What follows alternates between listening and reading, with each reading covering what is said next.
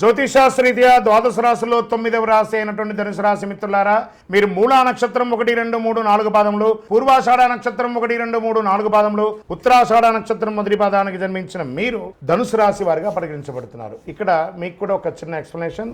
అర్ధాష్టమ శని వచ్చింది, మాకేమో అయిపోతుందని కొన్ని వీడియోస్ చూసి నాకు మెసేజ్ వస్తున్నారు. మిగతా రాశులన్నీ మీకు అనుకూలంగా ఉన్నాయి కాబట్టి ధనుసు రాశి వారికి మంచి ఫలితాలు వస్తాయి. తృతీయంలో రాహువు, పంచమంలో శుక్రుడు, చతుర్థంలో శని, షష్టమంలో రవి బుధులు, సప్తమంలో గురువు, అష్టమంలో కుజుడు, భాగ్యస్థానంలో కేతువు. అర్ధాష్టమ శని యొక్క దుష్ప్రభావాలను బృహస్పతి మరియు రాహు సహాయముతో, శనిగ్రహానికి బృహస్పతి యొక్క చతుర్దశ కోణం, బంధువర్గ సహకారంతో చక్కటి వివాహ సంబంధాలు లభిస్తుంది. వ్యక్తిగత వైవాహిక జీవనంలో కూడా అపార్థాలు తొలగి విందు వినోదాల్లో పాల్గొంటారు. విలువైన వస్తువులు లభిస్తాయి. నూతన ప్రణాళికలు సిద్ధం చేసుకుంటారు.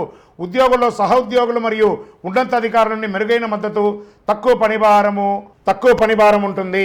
ఆశించిన ఫలితాలను పొందుతారు. నూతన కాంట్రాక్టులు, విదేశీయ జీవనం కోసం ప్రయత్నం చేసే వాళ్ళకి మంచి అవకాశం ఉంటుందని చెప్పొచ్చు. నూతన పరిచయాలు, సమాజంలో గొప్ప వ్యక్తుల పరిచయాలు పెరుగుతాయి. ఆర్థికమైనటువంటి ఇబ్బందులన్నీ కూడా బయటపడతాయి.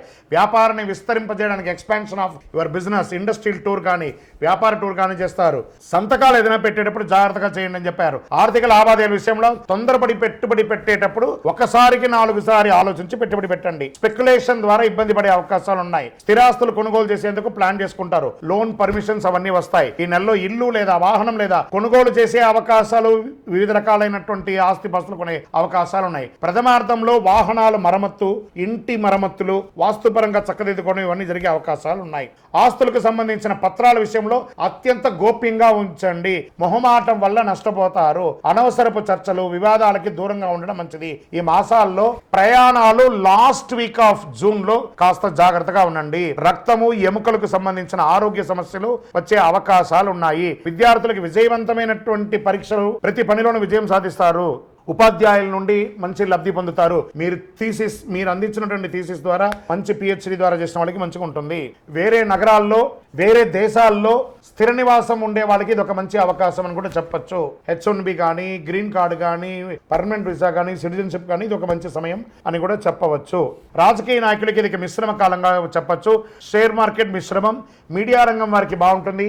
ఐటీ రంగం వారికి కూడా చాలా బాగుంది. వివాహం కాని వారికి వివాహాలు వచ్చే అవకాశాలు ఉన్నాయి. అదృష్టం రోజులు 5, 7, 10, 13.